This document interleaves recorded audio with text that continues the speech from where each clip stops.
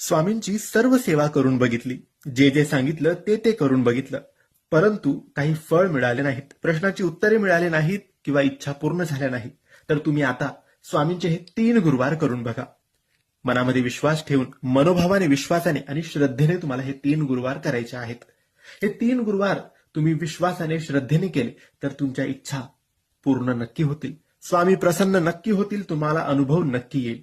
मित्रांनो, फक्त 3 गुरुवार आणि तुमची प्रत्येक इच्छा पूर्ण होणारच. स्वामी समर्थांच्या कृपेने जीवनात चमत्कार घडतात. हा एक गुप्त व्रत आहे, जो श्रद्धेने केल्यास कोणतीही अडचण सुटते, मागितलेले मिळते. तर मित्रांनो, पहिल्या गुरुवारपासून किंवा तुम्हाला जेव्हा वाटेल त्या गुरुवारपासून या व्रताची सुरुवात तुम्हाला करायची आहे आणि अनुभव घ्यायचा आहे. तुम्हाला 3 गुरुवार हे व्रत करायचे आहे. कोणत्याही गुरुवारी काही अडचण, सुतक किंवा काहीही प्रॉब्लेम आली तर मग तुम्हाला नवीन 3 गुरुवार करावे लागतील, हे लक्षात ठेवा.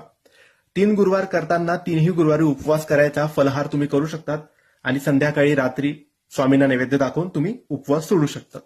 हे झालं उपवास कसा करायचा आणि नियमांचं पालन. नियमांमध्ये तुम्ही व्यसन, मांसाहार या 3 गुरुवारमध्ये करायचं नाही.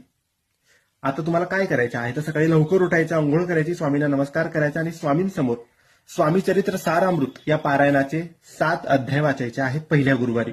7 अध्याय वाचल्यानंतर स्वामी समर्थांचा जप, श्री स्वामी समर्थ, श्री स्वामी समर्थ हा जप 3 माळ करायचा आहे, हे पहिल्या गुरुवारी. दुसऱ्या गुरुवारी उरलेले 7 अध्याय वाचायचे आणि 3 माळ स्वामींचा जप. आणि शेवटच्या गुरुवारी शेवटचे 7 अध्याय वाचायचे आणि श्री स्वामी समर्थांचा जप 3 माळ. एकूण 21 अध्याय असतात. 7, 7, 7, 7 त्रिक 21 असे 21 अध्याय तुमचे पूर्ण होतील. आणि 7 अध्याय वाचल्यानंतर 3 माळ स्वामींचा जप करायचा आहे. हे 2च गोष्टी तुम्हाला सेवेमध्ये करायच्या आहेत. उपवास करायचा, कोणाबद्दल वाईट विचार, वाईट व्यसन, वाईट संगत करायची नाही.